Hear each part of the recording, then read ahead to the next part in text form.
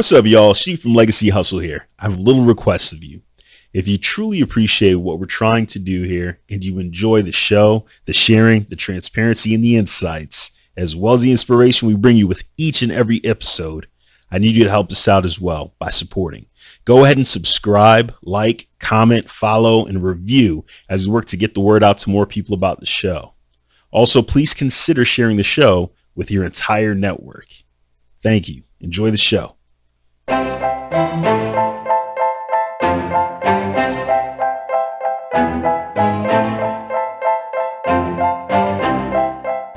What's up, y'all? This is Legacy Hustle, a show that will highlight and amplify the stories of Black entrepreneurs and their products or services that are impacting preceding generations, future generations, or cross-generationally. We use the word legacy not only to describe the solutions created, but to also acknowledge our guests' impact on their own family, personal circles through that wealth generation and creation. The show's going to explore what their business is, how they got it off the ground, and the trials and tribulations experienced on their legacy hustle journey in an effort to both inspire and educate you, our listeners, who are referred to as our legacy hustlers. My name is Sheed. I'll be your host, and in this episode, we'll be learning about BLASTography. Rooted in the melodies of Afrobeat and inspired by the culture of hip-hop, DJ Blast is an evolving festival, concert, and nightclub DJ.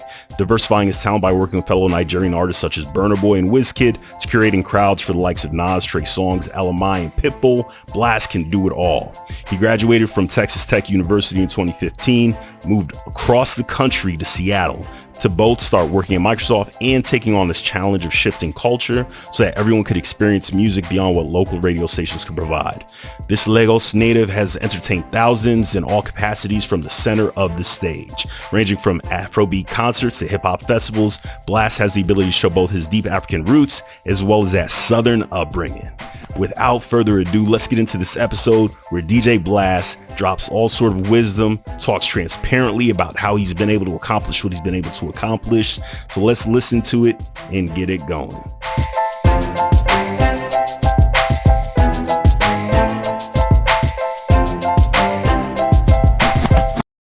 Bobby, really appreciate you being here on today's episode of Legacy Hustle. Thank you. Of course. It's an honor to be here.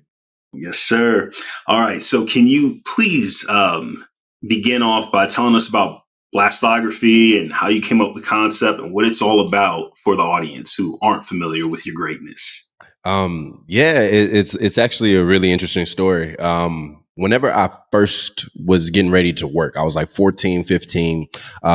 My siblings told me I wasn't allowed to get a job, but they told me it was absolutely necessary for me to figure out how to get money. Right. And so at that point in time, 14, 15, this was like the peak of like Zynga and MySpace, so I tried to figure out what I could do with that. And I learned how to start coding. Right. And MySpace was completely in HTML. So I was figuring out how to make people's layouts and backgrounds. And that got me into Photoshop, which taught me design. Right. And then from design, I was like, well, if I could design them a background, I could take a picture too and make it really personal, and that's how I got into photography. And then I got to college, this is now 3 years later, and video was starting to blow up, like this is the rise of YouTube and Instagram. And so I was like, okay, well, I know how to use a camera. It can't be that much harder to add, Premiere and After Effects. So that's how I got into video. And I thought I was good. Photo, video, design, I'm here. And that's what took me to Microsoft, right? And I started working at Microsoft, moved to Seattle, and I realized there's a bunch of creatives. There's a bunch of people that know how to take pictures, a bunch of people that know how to make videos, a bunch of designers. There was nobody doing music though, at least for the African American community. And I was like, how can I solve that problem? And the entire business has always grown out of the need to solve a problem. And so I started DJing, because I wanted to hear more hip hop, R&B, Afro beats in Seattle. And that then blew up into what BLASTography is today. But overall, when I started, I was just a 15-year-old kid looking for summer money. And, over the past, 9-10 years, it's developed into something completely different. I love it. And so you've gone on this evolution and this journey where you started off with one thing and now you do a multitude of different things. What would you say is one thing that's really exciting about BLASTography today? It's the horizon. We're talking about this in 2022. If you asked me this question in 2020, before the pandemic, I would have given you a completely different answer, right? But right now, where I'm at, like I'm coming off of this 2-year break. I've had 2 years to rethink how I want to move. 2 years to rethink, okay, how do I now make this brand like supersede my life? You know, how can I make this bigger than me? So when I think about what's exciting, what's coming, like I'm now thinking of longevity. You know, I think in 2020, I was thinking, okay, what's next? What's next? What's next? Now my mentality is, if for some reason I was to die today, what legacy would I leave behind? You know, like what would Blastography look like even, 5 years, 10 years down the road from now? Because right now I can still DJ. Right now I can still get on stages and mix and do all that. But when I'm 30, 35, 40, probably not. But I want my brand to continue to grow. Wait, talk right? about why not? I mean, when I go to clubs and concerts and it's a 40-year-old guy on stage, I'm like, bro, like, take it easy, bro. But I mean, I just went and saw, Glasper. Glasper's in his 40s on Sunday, and Yes. I might be talking about my age a little bit, but I enjoyed it. He was up there doing the damn thing. And so, I think there's something to be said about a creative who has continued to hone their craft, and they get to a certain point, they don't necessarily need to stop.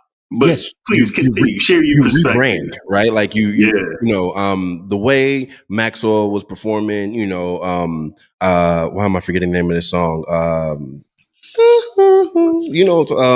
From Love and Basketball. I'm forgetting it at the moment for some reason. But the way, but the way he performed songs, in the early 2000s, the late 90s is not the way he's performing songs now. You know what I'm saying? Like when you think about the evolution of people's careers, I think where it looks bad is when people are still trying to do the things that they were doing in their 20s and their 40s. There it is. That's the problem, right? So me now, as I'm 29 years old, so as I'm in this stage of my life, I'm just trying to think, okay, if I get to 30 or 35 and I choose to get married and start having kids, how do I keep this going, even if it's not me? Right? Like how does my brand now transcend Bobby? That's like top of mind for me at the moment. Got it.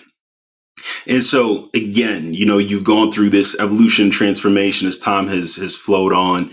When you first started the business, right, in terms of revenue, where you were at then versus today, how has that footprint changed in terms of your revenue? Money is an interesting thing to talk about. So I grew up in Dallas, and in the Dallas community, there are a lot of DJs, like a lot, and they range in age. There's some as young as 16. There's some as old as 65. Right. So when I started mixing, I was in Seattle. And so I met a bunch of Seattle DJs that were charging, $300 an hour, $400 an hour. And then, but my very first show, like the very first time I ever DJ'd in public, was someone's 50th birthday party in Dallas. And I told my parents, hey, mom, dad, I want to charge, $150 an hour for 5 hours. So it was going to add up a little bit. And my parents told me, we can go down the street and get somebody for 150 hours for the whole show. And, I was thinking, okay, y'all don't get where I'm trying to go with this, And I'm thinking 150 was low because, again, in Seattle, people were charging 300. Right. I didn't think my skills were at the 300 level at that point. But nonetheless, I had to do some balancing. Right. So to hear my parents tell me my 150 was too high, it was discouraging. So I remember they hit you with a gut check real quick. Right? I did that show at $50 an hour for 5 hours, right? That gives me $250. Mind you, I had to fly from Seattle to Dallas, had to take my turntables with me. I had to take time off work. Like all these other things add in. So I didn't make any money. Right. And that's year one. I look at year 2, year 3, year 4, how things changed. Up until the pandemic, I thought the only way to make money was from me being on a stage, right? Like me being in front of an audience, me being in front of people and making them dance. I thought that was my only way to generate income. And then the pandemic hit and we could no longer gather in spaces. And that's what showed me how much money there is floating around in so many other venues. I started realizing you can make revenue off of TikTok, right? Every 5,000 views, you're bringing in a little bit of cash. You know, you start getting to 10,000 views, you're bringing in a little bit more cash. 500,000, now we're really talking. You know, Right. so there's new ways to make money. You use your Instagram again as a platform. Instagram now pays you, but for a long time it didn't. But if you use Instagram properly, other people will pay you to post on for them, you know? So my revenue model changed quite a bit during the pandemic. I went from, I have to be in a different city every single weekend because I want to expand my brand, to, oh no, I just need to reach out to the right brands that are willing to partner with me to make things happen. So you start posting content, you start making merchandise, you start doing all these other things that can make quite a difference. And of course, inflation, right? So you got to raise the prices too. So going from $50 an hour in my very first show to now at minimum, we're talking 500, 550 per hour, you know, it makes a big change in how, you know, revenue works and in how I can now move my business forward. Again, if I'm thinking about things that will outlive me, I have to be able to afford those things, right? Yeah. And so for people who are tuning in who perhaps have not been able to witness the greatness of you up on stage moving the crowd, can you please share who have you shared a stage with so that people just recognize, you know, who you're out here um, spinning records for and hyping the crowd for, et cetera. Yeah, the numbers are wide. My very first concert was with Pitbull. That was in 2018. My most recent concert was with Fireboy DML, which is an up and coming African artist, Afrobeat artist. I have DJ'd for WizKid. I've DJ'd for Mr. Easy. I've DJ'd for Nas. I've DJ'd for Trey Songz and Jacquees. I've DJ'd, Tenny, DeBange. Like literally, whether you're in the Afrobeat section, R&B section, or hip hop section, I've probably DJ'd for one of your favorite artists. So I'm just excited to see where it goes from here. There it is. Amazing. Now I like to dig in a little bit for our legacy hustlers who tune in and they're trying to figure out how to crack a certain approach or do something that perhaps is intimidated a little bit. You spoke a lot about channeling and leveraging social media platforms. How did you start educating yourself on how to maximize the impact through those avenues, such as a TikTok or such as an Instagram? I'm not going to lie to you guys. It was on complete accident. My Twitter and my Instagram were on purpose. Those were dedicated channels for what I was doing. So to be impactful and to give you guys a gem, whatever it is that you're wanting to sell, make that the focus of your page. So I remember when I first started DJing, I had pictures from every country in the world, everywhere I had traveled to, every city I had seen, and those were the pictures I was posting. And I remember a friend of mine at the time, he walked up to me, he's like, bro, nobody knows you're a DJ. It just looks like you travel. Like you just look like, world traveler Bobby. And I was like, oh, I didn't realize that my Instagram was really my new website. Because I was like, if they want to know about me, they go to my website. No one does that. Everyone's going to look at your Instagram for who you are. So whatever it is that you want to sell, make sure that is front and center with every single scroll on your page, right? And then that now transcends, as you think of building your brand, there's different types of DJs. There's wedding DJs, there's concert DJs, there's, bar DJs. Like there's all sorts of different options, right? So whatever it is that you want to do, if you're a photographer, there's portrait, there's event, there's wedding, all these different options. So definitely, first of all, hone in. Once you do that, now find brands that align with what it is that you want to do. So I remember initially as a DJ, I was like, I need a liquor somewhere. I don't even drink, but I was like, I need someone that will partner with me on the liquor front because I host events.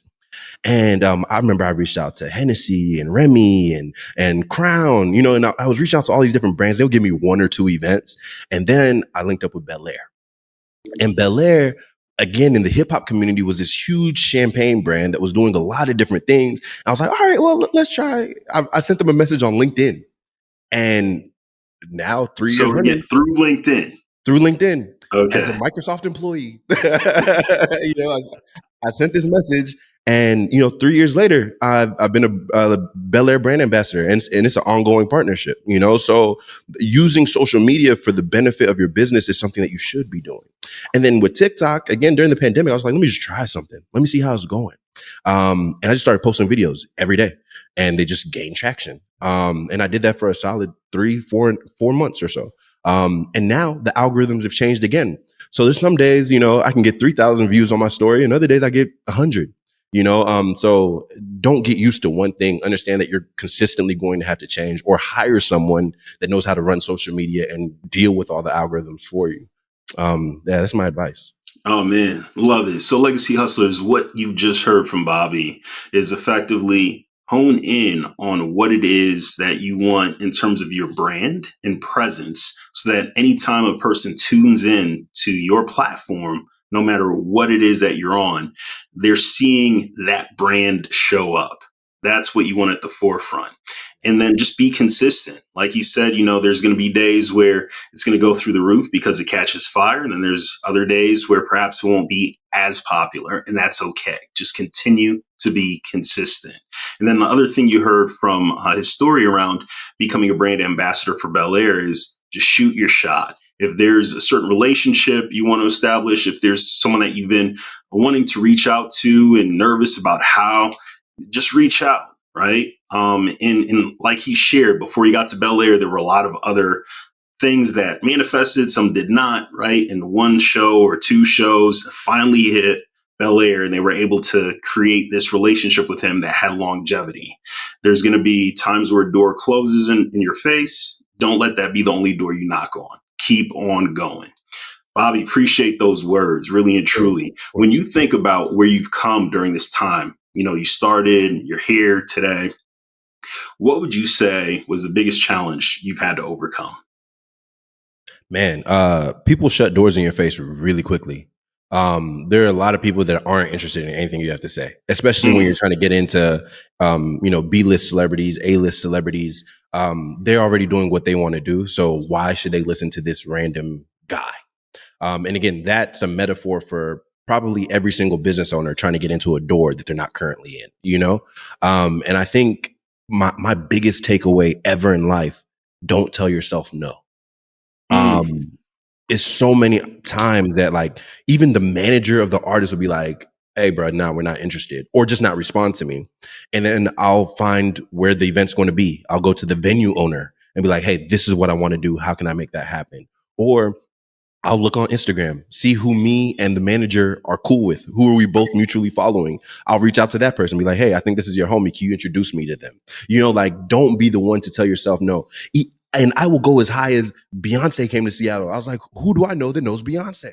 I didn't do it, but still, I tried. You tried. Just to know that I tried and it didn't work is quite different than knowing that you didn't try and it didn't work. And now you're left wondering, what if?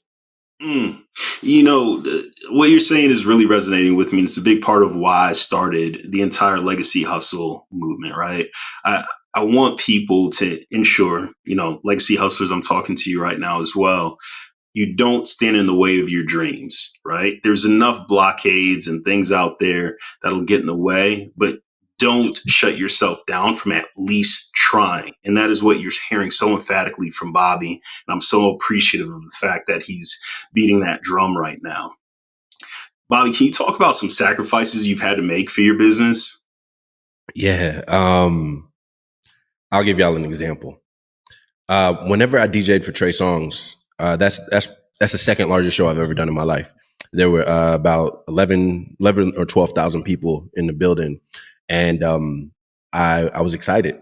I was like, I'm DJing for an A-list celebrity. It's going to be a good day. I reach out, tell them how much I charge. They're like, we're not paying you, bro. You working for free. And I did the largest show ever, and I made the least amount of money I've made in years. Nothing. Zero. I lost money. I had to go buy clothes. I had to buy gas. I had to do all these different things. But at that show, I met Nas's tour manager.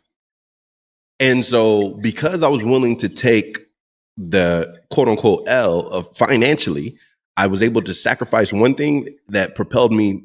Nas's show is now the largest show I've ever done. And we did the Oracle Arena in Oakland, and that holds 20,000 people. And so, taking one step back again at what I thought was going to be the largest show I ever did propelled me to something completely different. So sacrificially, I feel like it's okay to say, all right, I'm not going to get paid my rate today, knowing that you're setting yourself up for something better. I think in a lot of times, it's small business owners or medium-sized business owners, we think finances are the bottom line. And every once in a while, it's okay to take, again, quote unquote, an L to hopefully be set up for a win later on down. And I'll just ride on the back of what Bobby's saying right now. So Legacy Hustlers is you're reflecting on what he just stated, right? It's about looking at the entire picture. What is it in terms of that engagement, in terms of that potential business deal, even though it may not be ideal in terms of the dollar amount you're going to get from it? What can it do to set you up for future success? Who does it expose you to? What other potential players are out there, stakeholders that have some sort of tangential connection to what it is you're trying to do? And if that offsets you not getting what you would hope you'd get for a pay, maybe it's worth doing it, right? And so just really reflect on those things. Thank you for saying that, Bobby. Of course. All right. So you spoke a little bit about the future and sort of where you hope things will go as you think about your legacy. Tell us more about your future vision for BLASTography. Yeah.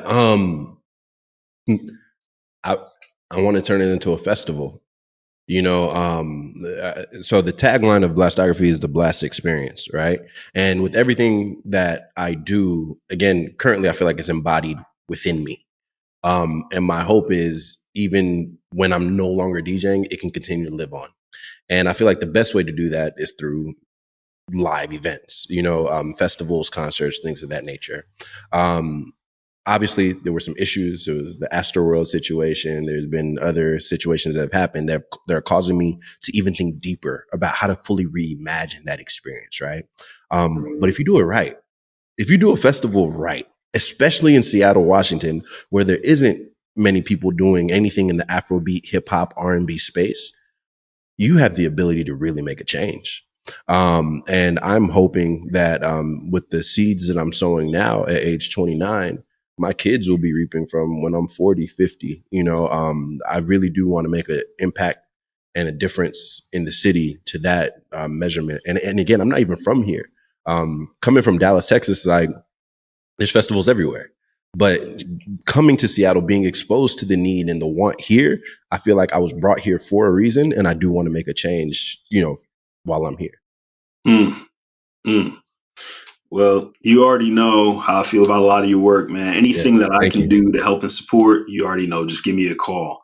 Legacy Hustlers, what you're hearing from this man, again, ties in so well with the theme and concept of Legacy Hustle, right? He's sitting here and trying to think through how does he create and generate something that has a lasting positive impact on the community, bringing the people the music that they want, they're not currently getting, as well as being able to set his family up for future success as he envisions, children and everything else down the line for himself.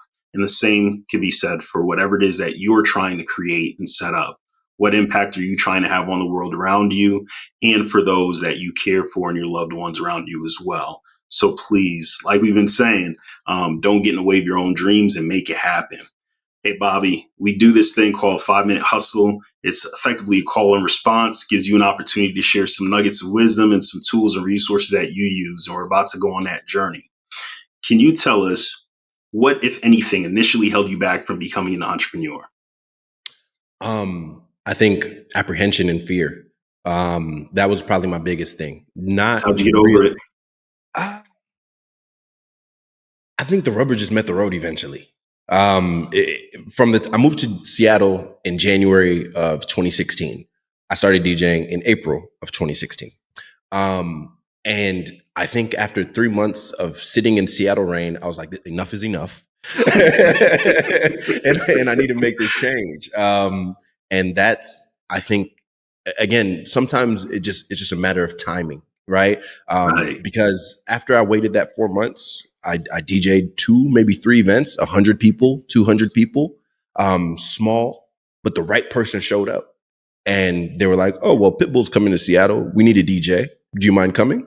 And so from 200, 300 people, I went to 5,000, 6,000, So I think timing was my first barrier. I was like, I haven't DJed long enough. I don't know anything about this. I don't know how to handle these things. But eventually what I thought was my drawback ended up becoming a strength because I was willing to learn.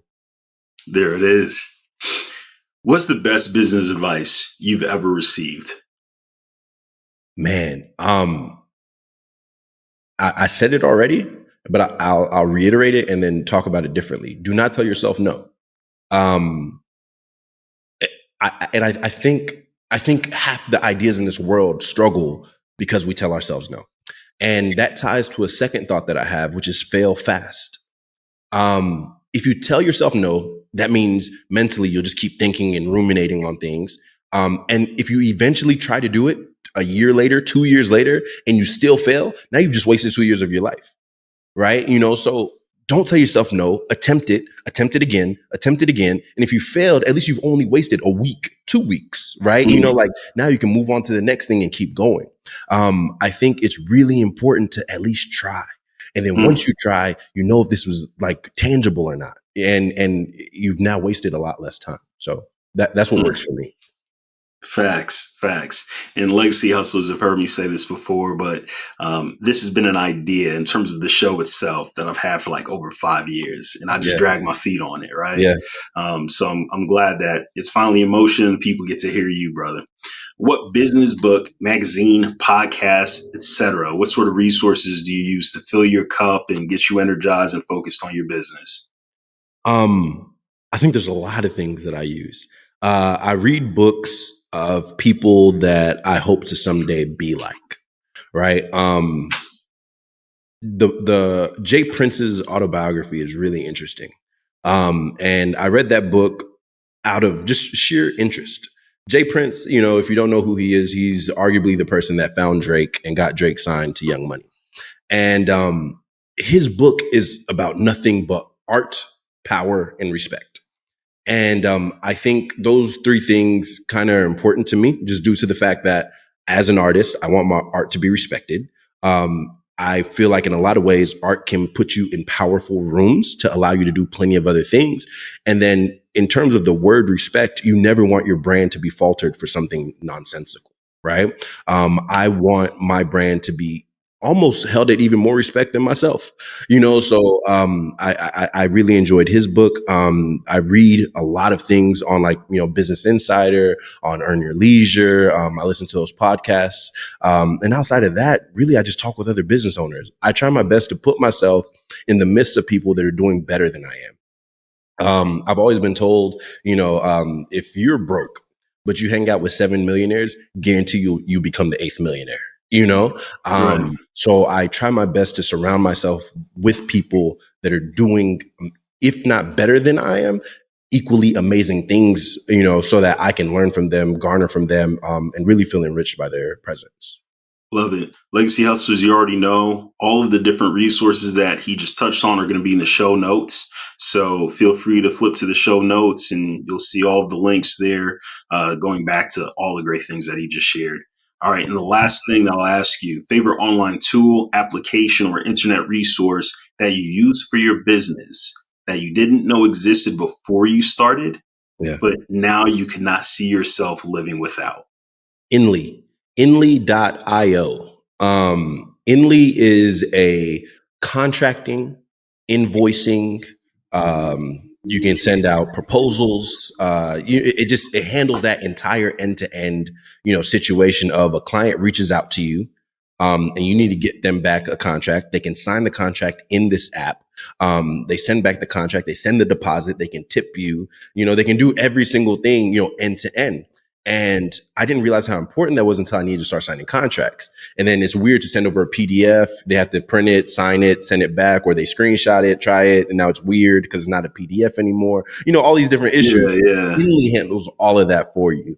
I think I use Inly more than anything else. And it shows you obviously your income. It projects income for you, all those different things. There it is. That's a new one. Have not had anyone talk about that yet. So appreciate you for not only dropping all these gems, but sharing all these great resources as well. That was our last question. And so with that, really, really thank you.